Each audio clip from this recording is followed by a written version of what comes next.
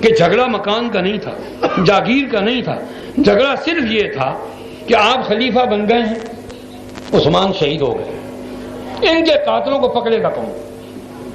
تین صورتیں ہیں، یا آپ پکڑیں، بدلہ لے لیں، یا ہم کو اجازت دیں کہ ہم پکڑ کر دکھائیں ان کو، نہیں تو پھر فیصلہ کر لیں، پھر یا میدان میں فیصلہ ہوگا یا پھر بڑی اجتماع میں کانفرنس میں فیصلہ ہوگا۔ علی مرتضیٰ نے دونوں صورتیں قبول نہیں فرمائی، ان کی مرضی، انہوں نے جواب دے کر کے بھیجا کہ میں کس کس کو پکڑوں؟ 13,000 آدمی میرے لشکر میں ہے اور وہ سب کے سب کہتے ہیں کہ ہم قاتل ہیں عثمان۔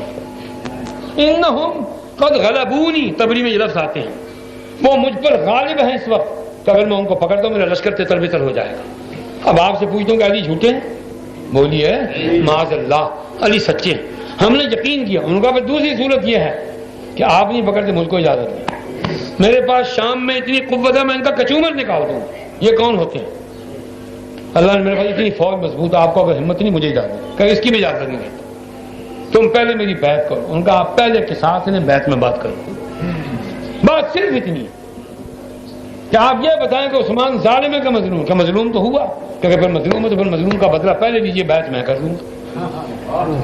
کوئی جھگڑا نہیں، جھگڑا اتنا ہی ہے کہ ان قد عقدتا، اگر آپ نے بدلہ لے لیا، فانا اول من یبایع، سب سے پہلے بیعت میں کروں۔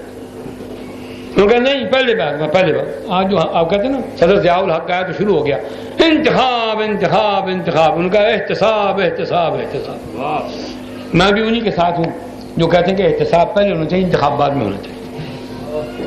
مکھی پانی میں، شربت میں، دودھ میں، سالن میں گری ہوئی ہو، کہ نہیں پی جاؤ پی جاؤ پی جاؤ، پانی ناری چلی جاؤ۔ میں کہتا ہوں مکھی پہلے نکال لو پھر بعد میں پیو۔ امیر معاویہ کا مطالبہ غلط نہیں تھا، نہ عثمان غنی کی شہادت پر علی کو انکار تھا۔ علی مرتضیٰ نے اپنی مجبوری پیش کی عثمان کے متعلق، امیر معاویہ نے اپنی مجبوری پیش کی کہ ان کی بیٹی رو رہی ہے، ان کے بیٹے رو رہے ہیں، بڑا بیٹا ان کا مفرور ہے، آپ سے ڈر کر میرے پاس پہنچا ہوا ہے، عمر کا بیٹا ابو عبید اللہ وہ ڈر کے مارے میرے پاس پہنچا ہوا، آدھا مدینہ ان کے رشتہ دار بھاگ کر میرے پاس آ گئے ہیں، بیوی کی انگلیاں کٹی ہوئی ہیں، غریبان چاک ہے، ان کی رشتہ دار عورت جو گھر میں ملنے آئی تھی وہ ذبح ہوئی پڑی ہے، ان کے غلام سین میں ذبح ہوئے پڑے ہیں، گھر میں خون کی ندیاں بہہ رہی ہیں۔ آپ فرماتے میں پکڑ نہیں سکتا، پکڑے گا کون؟ آپ نہیں پکڑیں گے، پکڑے گا کون؟ میں کہا میں ابھی نہیں پکڑ سکتا ہوں، کہ پھر ہم تو ابھی پکڑنا چاہتے ہیں، یا خود قاتلوں کو گرفتار کیجیے یا ہم کو اجازت دیجیے۔ ان کا نہیں تو پھر یحکم بینی و بینک السیف، مولا علی بھی تو کم نہیں تھے نا، آخر ہاشمی خون ہے، بیعت خلافت کی ہو چکی تھی۔ انہوں نے کہا بیعت تو ہوئی آپ کی، لیکن میں آپ کی بیعت کو مستقل نہیں مانتا، یہ عارضی بیعت ہے، ایمرجنسی بیعت ہے۔ آپ کے کمانڈر اشتر نقی نے جبر بھی کیا ہے، طلحہ و زبیر نے مجھے پیغام بھیجا کہ ہم سے زبردستی بیعت لی گئی۔ یزید کی بیعت کو جبری کہنے والوں آنکھیں کھولو، ہوش سنبھالو۔ علی مرتضیٰ کو انکار نہیں موقع ملا۔ کیا سوال تھا کہ اگر کوئی اور جبر ہوا تو یہ بتائیں کہ طلحہ اور زبیر کو گھروں سے پکڑ کر لائے ہیں کہ نہیں سبائی سپاہی؟ یہ واقعہ ہے، بیعت علی کی، میرے بات اب سمجھ رہے ہیں آپ؟ اور کس کی بیعت؟ عشرہ مبشرہ، ابو بکر عمر عثمان علی کے بعد ان کا درجہ ہے طلحہ، زبیر، عبد الرحمن بن عوف، سعد بن ابی وقاص، سعید بن زید، ابو عبیدہ بن جراح۔ یہ وہ لوگ ہیں جن کو حضور نے اعلان کرایا مدینے کے بازار میں کھڑے ہو کر کہ جاؤ کہہ دو ابو بکر فی الجنہ، عمر فی الجنہ، عثمان۔ ان کا باقاعدہ اعلان تو سب صحابہ کا ہے، ان کے لیے خصوصی اہتمام ہوا کہ ساری کائنات میں ان سے بڑا صحابی کوئی نہیں، ان سے بڑا مومن کوئی نہیں۔ ان دونوں کے بعد گئے، انہوں نے بعد میں بیان دیا کہ ہاں بایعنا ہو، ہم نے علی کی بیعت تو کی، واللج فی اعناقنا، لیکن رسی ہمارے گلے میں تھی، وہ یاد نہیں؟ یزید کی بیعت کسی نے ڈنڈے کے زور سے نہیں لی۔ امیر معاویہ ڈنڈا چلانا چاہتے تو ان کے مد مقابل تھا ہی کوئی نہیں۔ علی کی وفات کے بعد کون تھا؟ کسی کو جرأت ہی کھڑے ہو جاتے؟ جس شخص نے 39 پونے 40 سال حکومت کی، مکھی نہیں اڑنے دی فالتو، آپ کے مکران سے لے کر تونس مراکش تک پنجاب کے نت پا دیتی، نت۔ اس سے بڑا ایڈمنسٹریٹر لاؤ، علی بھی انکار نہیں کر سکتے تھے، وہ جانتے تھے کہ اس میں یہ جوہر ہے۔ خود علی مرتضیٰ نے فرمایا تقریب میں سناؤں کیا سناؤں؟ کھڑے ہو کے کہا یا ایھا الرجال، برا رجال، یا اشباح الرجال خسرے ہو اپنی فوج کو فرمانے کوفے میں، یا اشباح الرجال ولا رجال، ہو مرد کہلانے والے ہیجڑو، انکم ملأتم صدری قیحا، تم نے دکھ دے دے کے میرے سینے کو پیپ سے بھر دیا۔ معاویہ اپنے سپاہیوں کو تنخواہ بھی نہیں دیتا، وہ اس پر جان قربان کرتے ہیں، میں تم کو فدیہ دیتا ہوں، ہدیے دیتا ہوں، تنخواہیں دیتا ہوں، تم پھر بھاگتے ہو۔ علی مرتضیٰ کے سپاہیوں نے وفا نہیں کی، اور امیر معاویہ کے سپاہیوں نے جو وفا کی علی مرتضیٰ نے خود اقرار کیا، اتفاق کی بات ہے۔ علی نے کو کمی چھوڑی، خود کھدر کا کرتا پہنا ہے جس کی بازو بھی یہاں تک ہوتے تھے، اتنی آستین، اتنی چھوٹے سائز کا کرتا تھا۔ کس قبیلے سے ہیں؟ بنو امیہ سے۔ پئی ملتی ذات کو ذات سجن، آپ کو ہمیں کیا تکلیف ہے؟ تو یہ کوئی نئی بات نہیں، بدلہ وہ لے سکتا ہے جو با اختیار ہو، یا جو یہ کہتے ہیں سٹینڈ لے سکے، جس کو اتنی قوت ہو کہ وہ کھڑا ہو سکے۔ حضرت معاویہ کی کتنی شادیاں تھیں؟ 2 شادیاں تو پکی ہیں میری جان۔ ایک بی بی صاحبہ کا نام ہے میسون، جو یزید کی والدہ تھی، نہایت نیک، متقی، شریف، پرہیزگار، مدبر۔ میسون، میم یہ سین واو نون، میسون بنت بہدل ابن انیف الکلب، یہ بنو کلب میں سے تھی۔ دوسری بیوی ہیں جن کا نام ہے فاختہ بنت قرظہ، قاف ریز واز، فاختہ بنت قرظہ، یہ یزید کی والدہ کے انتقال کے بعد شادی کی۔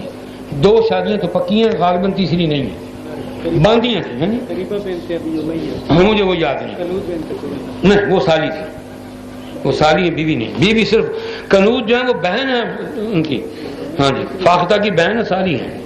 ان کا انتقال ہوا جزیرہ قبرص میں، وہ جہاد پر بھی ساتھ گئے۔ بعد میں شادیوں سے کیا فرق پڑتا ہے؟ ان کے نام سے آقا فرمائے، سب سے پہلے ان کی بیوی میسون بتا دیا۔ یہ میسون جو تھی حضرت عثمان غنی کی بیوی نائلہ کے رشتے میں بہن تھی، رشتے کی، اس لحاظ سے آپس میں ہم زلف بھی تھے۔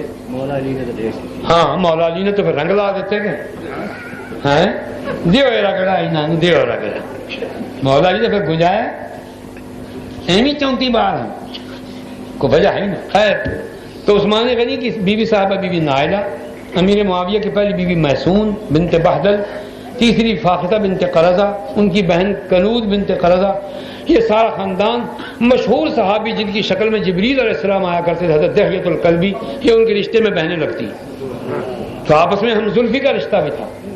بات سمجھ آ رہی ہے آپ کو؟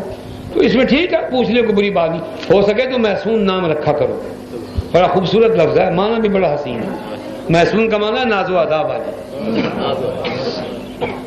میسون کا معنی ناز و ادا والی، اللہ کے نیک بندوں کے نام رکھو۔ یہ مستقل ٹاپک ہے میرا، اس کو میں چھوڑتا ہوں۔ تو میں نے کہا کہ اختلاف ذاتی نہیں ہے، محض الیکشن کا انتخاب کا بھی اعتراض نہیں، جھگڑا یہ ہے کہ آدمی عام آدمی نہیں، خلیفۃ المسلمین ہے، یاد رکھے حیثیت کا فرق ہے۔ عثمان غنی اگر ایک عام آدمی بھی ہوتے اور بے گناہ مار دیے جاتے تو کس کی کورٹ میں مقدمہ جاتا؟ علی کے کورٹ میں، ٹھیک ہے، مدینے کے اندر، یا جس کو حضرت علی مرتضیٰ قاضی مقرر کرتے تھے اس کے پاس جاتا۔ تو ابھی تو خلیفہ بنے ہی تھے، قاضی مقرر تھے، پہلے چل رہے تھے، سمجھ آ رہی؟ تو یہ قتل جو ہے یہ عام آدمی کا قتل نہیں، خلیفۃ المسلمین کا، امام المسلمین کا قتل ہے، صدر مملکت کا قتل ہے، پریزیڈنٹ آف ریپبلک کا قتل ہے، کیلف آف مسلم کا قتل ہے، خلیفۃ المسلمین کا، یہ عہدے کا قتل ہے، منصب کا قتل ہے، اسلام کے نظام کی گردن اتاری گئی۔ جھگڑا اس لیے پڑا، عام آدمی کو کون پوچھتا ہے؟ وہ کہتے ہیں ٹھیک ہے بھائی، مدینے میں قتل ہوا، علی جانے، ان کا قاضی جانے، ہم کیا کہہ سکتے؟ اصل قصہ کیا ہے؟ یاد رکھو، کوئی ذاتی جھگڑا نہیں۔ امیر معاویہ کہہ دیجیے رضی اللہ عنہ، علی مرتضیٰ کے وہ فضائل کے قائل، ان کی بزرگی کے قائل، ان کی سابق ہونے کے قائل، ان کے اپنے سے فضیل مقدم اور افضل ہونے، ان کا سب کچھ میں آپ کو مانتا ہوں، عثمان کی لاش کو کہاں پھینکوں؟ وہ نہیں چین لینے دیتی۔ عمر بن خطاب نے فرمایا تھا، جب کسی نے کہا کہ آپ اتنا غم کیوں کرتے ہیں، فرمایا میں کیا کروں اگر قیامت کے دن مجھ سے یہ سوال ہو گیا کہ دریائے دجلہ کا یہ فرات کا پل ٹوٹا ہوا تھا اور ایک بکری گزری، اس کا پاؤں سوراخ میں پھنس کے ٹوٹ گیا، تو بتاؤ میں کیا جواب دوں؟ اگر بکری کی ٹانگ پر سوال ہوگا تو عثمان کی لاش کا سوال نہیں ہوگا، ان کے قاتلوں کو معاف نہیں کیا جائے گا۔ تو امیر معاویہ فرماتے ہیں کہ اگر آج میں چپ ہوتا ہوں، آئندہ ہر بدماش، ہر لفنگا، قاتل، چور، ڈاکو، مغوی کھڑا ہو کر جب چاہے گا خلیفے کو مار دے گا، کیس نہیں چل سکے گا، نظیر بن جائے گی، مثال بن جائے گی، انگریزی میں کیا کہتے ہیں مثال کو؟ جی ایگزامپل. یہ مثال بن جائے گی کہ جناب عثمان کا قتل ہوا, کسی نے پوچھا آج کیسے کیس چلائیں. اگر عثمان کے قتل کا کیس چل جاتا, علی مرتضیٰ کا کیس اس سے زیادہ ڈبل چل گیا. علی کو بھی تو تلوار لگی نا, امام حسن نے فیصلہ کیا اب کے قول کے مطابق, لیکن جو حشر اس کا ہوا ہے قاتل کا وہ آپ جب پڑھ لیں, اس کے ٹکڑے ہوئے ہیں ٹکڑے, بعد اس کو جلا دیا گیا, انتقام آیا نا. حسن جیسا حلیم الفطرت انسان ابا کی موت برداشت نہیں ہوئی, حالانکہ ابا 3 دن زندہ رہے, اور عثمان غریب کے تو ذبح ہونے کے بعد بھی ٹکڑے کیے. میں بیان کر رہا تھا کہ ایک صاحب آئے حضور کے زمانے میں, بعد کہتے صحابی بھی ہوں گے, صحابی میں نہیں مانتا, صحابی ایسا کام نہیں کیا کرتا. عامر ابن حمق, بعد اس کو حمق پڑھتے, حمق نہیں ہے, عامر ابن حمق وہ چھاتی پر چڑھ گئے. ایک اور ہے کنانہ بن بشر تجیبی, وہ بھی چڑھ گیا. اس نے ذبح ہونے کے بعد پسلیوں پر 9 گرز مارے کہ اس کی ہڈیاں توڑ کر کے جاؤں گا, اور عثمان کی بیوی بچے یہ سب کو جگہ دم بخود بیٹھے. یہ کچھ نہیں. عمرو بن حمق آئے, شہید ہو چکے ہیں عثمان, گردن اتر چکی ہے, نیزے لے کر 9 نیزے مارے پسلیوں میں, چھاتی میں, پیٹ میں, کہ 7-8 فلانی طرف سے, ایک میری طرف سے. جب گرفتار ہوئے تو امیر معاویہ نے فوج کو, پولیس کو عراق میں لکھا کہ عمر سے پوچھو کہ عثمان کو کتنے نیزے مارے تھے. انہوں نے کہا جی 9. کہیں گے انشاءاللہ ہم تم کو 10 نہیں ماریں گے, 9 ہی مارے. کیا پھر انصاف کرنے کا حق ادا کیا.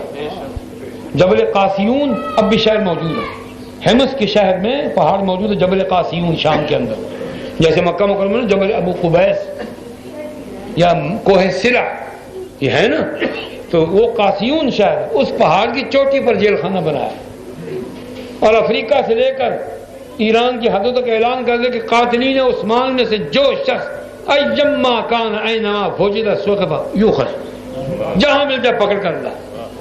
تو تقریباً 19 آدمی پکڑے گئے جو براہ راست قتل میں شریک تھے.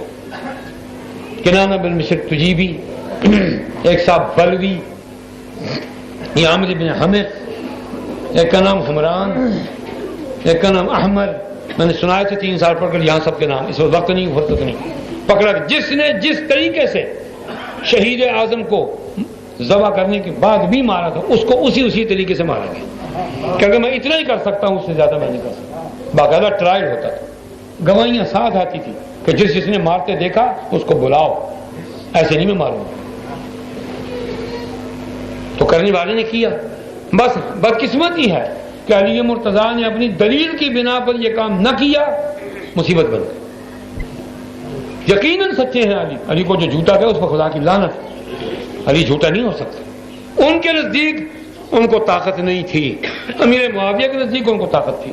یہ تو رائے کی بات ہے, اس میں ذات کا جھگڑا کیا ہے. یا تو امیر معاویہ یہ کہو میں نہیں جانتا کہ تم عشرہ مبشرہ میں ہوگے نہیں, میں نہیں جانتا تم نبی کی داماد ہوگے نہیں, میں نہیں جانتا تم بیٹے چچا کے ہوگے نہیں. امیر معاویہ نے قتل عثمان کی خبر پہنچنے کے بعد شام میں کٹھ بلوایا کہ ایھا الناس اجتمعوا, کٹھے ہو جاؤ, میں کچھ بیان کرنا چاہتا ہوں. اور اس کے بعد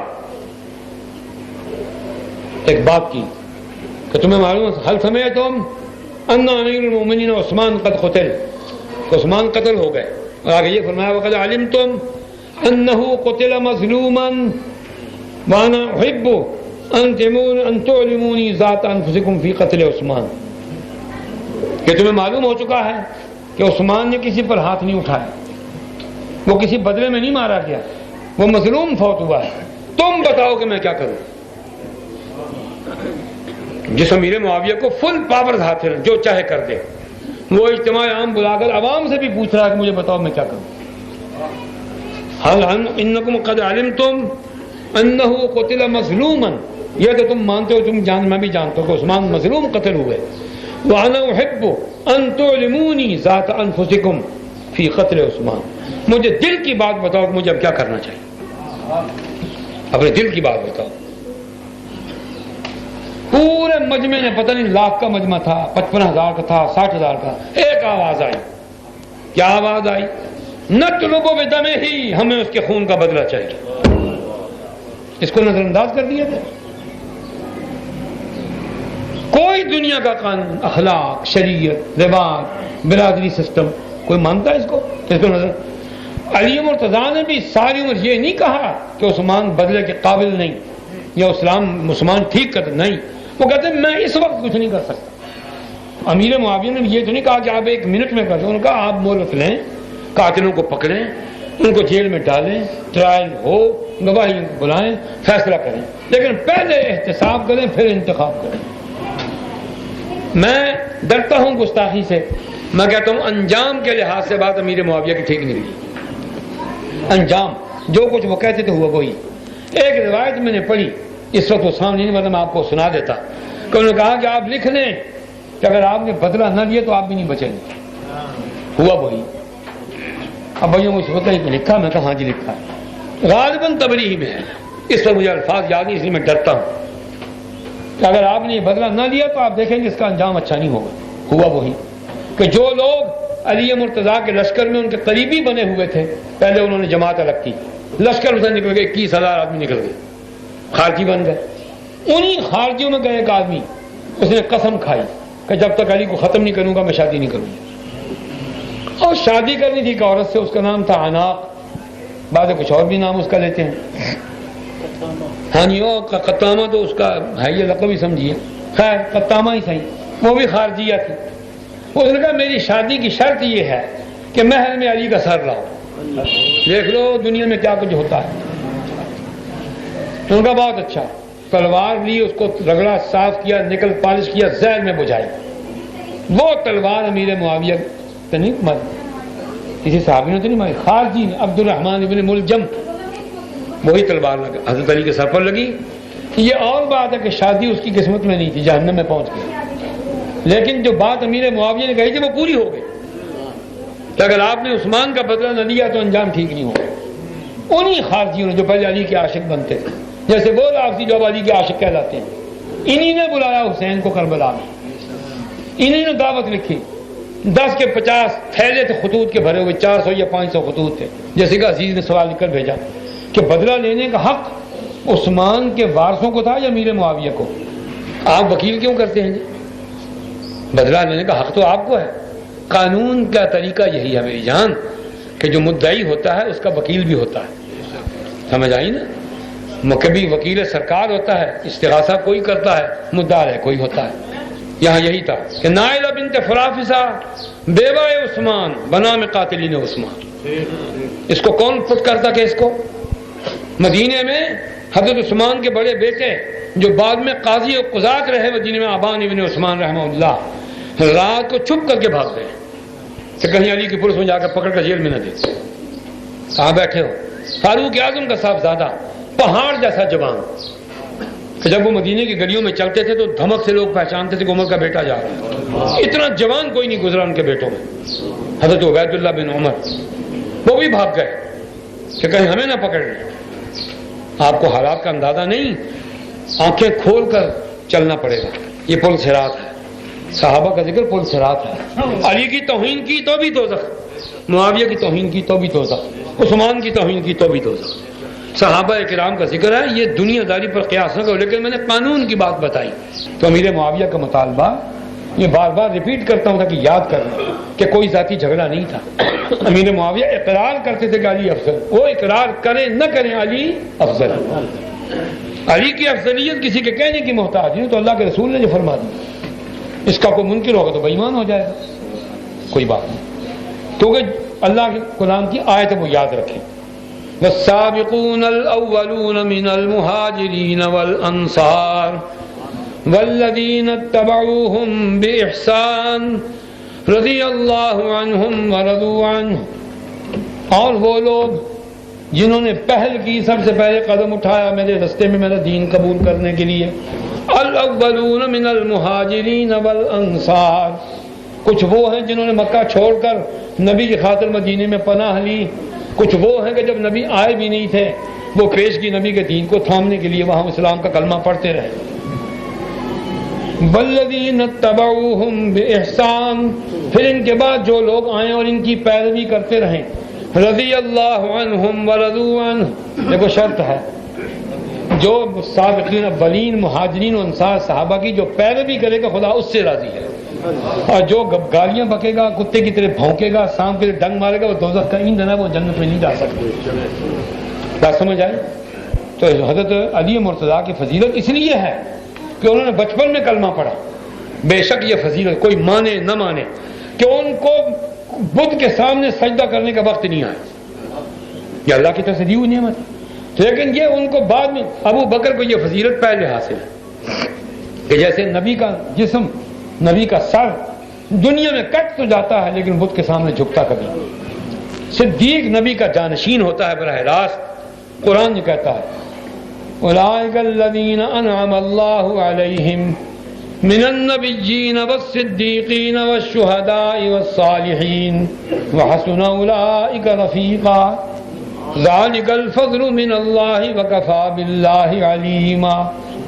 جن پر خدا مہربان ہو جاتا ہے، جو لوگ اللہ اللہ کے رسول کا کہا مانیں گے، خدا ان کو ان کے ساتھ جنت میں بھیجے گا۔ وہ کون ہے جن کے ساتھ اطاعت جائے گا، اطاعت کروا؟ من النبیین، سب سے بڑے نبی۔ دوسرا کس کا تھا؟ والصدیقین۔ ابو بکر صدیق کا مرتبہ خمینی یا اس کے ٹاؤٹوں کے کہنے پر موقوف نہیں، حلالی بن کر جو قرآن کو مان لے گا اس کو آٹومیٹیکلی ماننا پڑے گا کہ نبی کے بعد درجہ کس کا ہے؟ جو منکر حرامی بننا چاہتا ہے اس کی ہمیں کوئی پرواہ، لا نبالی بھی، وہ کرتا نہیں۔ قرآن کو جو مانے گا اس کو بغیر دلیل کے آنکھیں بند کر کے اندھا گنگا بہرا ہو کر ماننا پڑے گا کہ نبی کے بعد کون ہے؟ خدا نے جب نص سے قطعی والشہداء، تیسرا درجہ ہے شہیدوں کا، والصالحین، چوتھا درجہ ہے اولیاء اللہ۔ تو میں کہتا ہوں اہل شام نے مطالبہ کیا، معاملہ کس کا ہے؟ عام آدمی کا نہیں۔ ایسے مین کہ عثمان بن عفان ایک آدمی کا نام ہے، اس کی بات نہیں۔ عثمان بن عفان نبی کا بھانجا نہیں، بنو امیہ کا خاندان کا چشم چراغ نہیں، نبی کی سب سے بڑی پھوپھی کا نواسا نہیں، عقبہ بن ابی امید کا سوتیلا بیٹا نہیں، نبی کی دو بیٹیوں رقیہ ام کلثوم خالد نہیں، ایز انہ امیر المؤمنین و امام المسلمین۔ حیثیت کا فرق سمجھو۔ جب عام آدمی کا قتل معاف نہیں، جب تک وارث نہ معاف کر دیں، شریعت کہتی ہے فمن عفی لہ من اخیہ شیء فاتباع بالمعروف واداء الیہ باحسان۔ جس قاتل کو معافی مل جائے وارثوں کی طرف سے تو بہت اچھا سلوک ہے۔ ذالک تخفیف من ربکم ورحمہ، یہ اللہ بھی نے بڑا ہلکا قانون بنایا۔ اگر اللہ یہ کہہ دیتے کہ نہیں وارثوں کو معاف کرنے کا حق نہیں جب تک قتل نہ کیا جائے، دنیا میں شاید کوئی آدمی زندہ ہی نہ باقی بچتا۔ لاکھوں قاتلوں کو معافی مل گئی، تو اللہ فرماتے ہیں میں نے بڑا نرمی کا، مہربانی کا راستہ تم کو بتایا کہ وارثوں کو منا لو، معافی کر دے تو معاف۔ عثمان کے گھر والے معاف کر دیتے، خالی لاٹھی لگ جاتی امیر المومنین کو، کنڈمٹ آف کورٹ ہو جاتا ہے جناب۔ اگر اے سی ڈی سی مجسٹریٹ درجہ اول دوم کو اتنا کہہ دے کہ جناب کیوں بولنا ہے تو بدتمیز گٹ آؤٹ ہے نا۔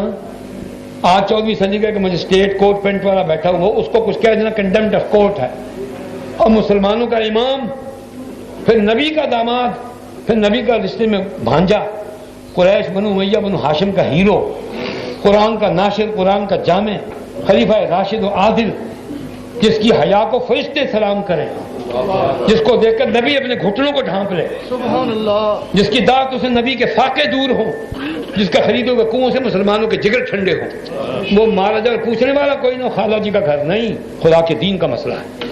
وجہ یہ تھی جو اتنا طوفان مچا۔ عام آدمی ہوتا تو کیس چلتا مکے میں، علی مرتضیٰ جب سنتے کوئی بھی نہ بولتا، ان کا پہلے اس کیس کا فیصلہ کرو، اگلا سٹیپ آپ کی خلافت، انتخاب، وہ بھی ہم سمجھتے ہیں ٹیمپریری ہے، اس کا بھی انتخاب دوبارہ ہو، لیکن ہم کہتے ہیں پہلے احتساب پھر انتخاب۔ ہم کہتے ہیں کہ اس حد تک امیر معاویہ کا مطالبہ غلط نہیں، لیکن باقی ساتھ یاد رکھیں کہ علی مرتضیٰ بھی غلط بات کہنے والے نہیں۔ تو انہوں نے کہا کہ ٹھیک ہے میں بیعت کرا چکا ہوں اور میری بیعت تمہارے کہنے پر موقوف نہیں۔ شیعہ کی کتاب ہے نہج البلاغت، اس میں خطبے کے الفاظ ہیں بایان القوم الذین بایعوا ابا بکر وعمر وعثمان، کہ میری بھی نکی فتو نے بیعت نہیں کی، میری بھی مدینے میں ان لوگوں میں سے ان لوگوں نے بھی بیعت کی ہے جنہوں نے ابو بکر عمر عثمان کی بیعت کی تھی۔ یہاں علماء نے لکھا ہے کہ امیر معاویہ اور حضرت علی مرتضیٰ کے نظریے میں کچھ تھوڑا سا اختلاف تھا۔ امیر معاویہ یہ فرماتے تھے کہ اجتماع عام، یہ ریپبلک ہے مسلمانوں کی، عوام الناس بھی ووٹ دیں۔ علی مرتضیٰ کا نظریہ ہے کہ میں اپنی خلافت کے لیے، جس میں اہل بدر بھی شامل ہیں، میں عام آدمیوں کے ووٹوں کا محتاج نہیں ہوں، جن کو رسول اللہ نے اتنا محترم سمجھا میرے انتخاب میں وہ شامل میرے لیے وہ کافی ہے۔ نظریاتی بات، قانون کی بات، دستور کی بات۔ حاصل کیا ہوا؟ درجہ علی کا افضل، آج اس پر بس کرتا ہوں۔ درجہ کس کا اونچا؟ علی کا، کوئی شک نہیں، علی کا چوتھا نمبر۔ درجہ علی کا اونچا ہے لیکن نمبر کتنا ہے؟ چوتھا۔ تو یہ بات یہاں بحث فضیلت کی نہیں، درجے کی نہیں، تقدم کی نہیں، مہاجر ہونے کی نہیں، انصار ہونے کی نہیں، بحث کسی عام آدمی کے کیس کی نہیں، بحث ہے کہ خلیفۃ المسلمین اگر یوں بے دردی سے قتل کر دیا جائے تو اسلام کے قانون میں اس کا حل کیا ہے؟ جھگڑا یہ ہے۔ علی نے بھی تسلیم کیا کہ ہاں کیس چلنا چاہیے، وہ منکر نہیں ہے۔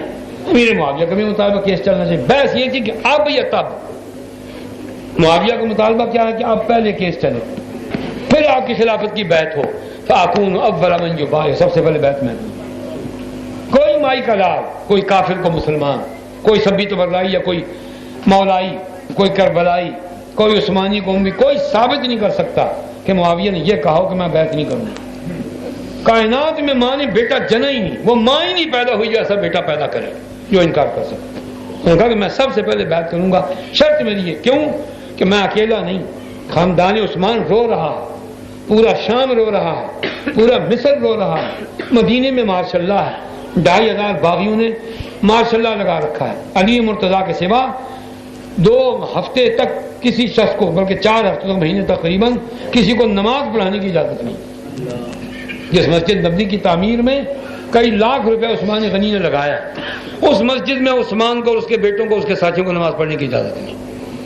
اور جب شہید ہو گئے ہیں تو میں نے کہا تھا، ضیاء الحق صاحب زندہ تھے، میں نے کہا شاید پکڑ ہی لیں گے، چلو پکڑ لیں گے تو کیا ہے، عثمان کا صدقہ۔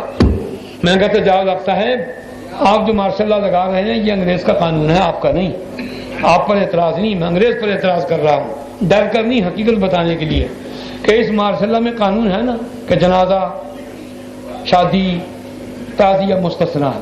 تعزیہ تو گھسڑوایا نا آپ دینوں تک اپنا کام چلے گا، سالہ کرم چوئے تھے یہ تو انہوں نے پچر لگائی۔ اصل میں انگریز نے ان کو جواز مہیا کرنے کے لیے برات اور جنازے کو مستثنا کیا، اور جو پرمٹ ملتا ہے اس میں 70 آدمیوں کا پرمٹ ہوتا ہے تقریباً، ایشو ہو سکتا ہے۔ یاد رکھیں سب سے پہلا ماشاء اللہ تاریخ اسلام میں سبائیوں نے لگایا، رافضیوں نے لگایا، دشمنان صحابہ نے لگایا، قاتلین عثمان نے لگایا، قاتلین خلافت راشدہ نے لگایا، دشمنان صحابہ نے لگایا سب سے پہلے ماشاء اللہ۔ اور ٹھیک انگریز نے وہیں سے قانون دیا۔ آخری پرمٹ جو ملا ہے جنازے میں شرکت کا، اس آدمی کا جنازہ کہ 50,000 کا شہر، مکہ مکرمہ ارد گرد کے شہروں کے آدمی جنازے کے لیے پر تول رہے ہیں، اجازت آئی ہیڈ کوارٹر سے، مارشل ہیڈ کوارٹر جو سبائیوں کا تھا، اجازت آئی کہ 70 آدمی سے زیادہ جنازے میں نہیں جا سکتے، اور وہ بھی رات کے وقت، دن کو نہیں۔ پابندیاں سنو، عثمان کا جنازہ نہیں اٹھ سکتا ہے، معاویہ نہ بولے، اور کون بولے گا؟ خمینی؟ اور کون بولے گا؟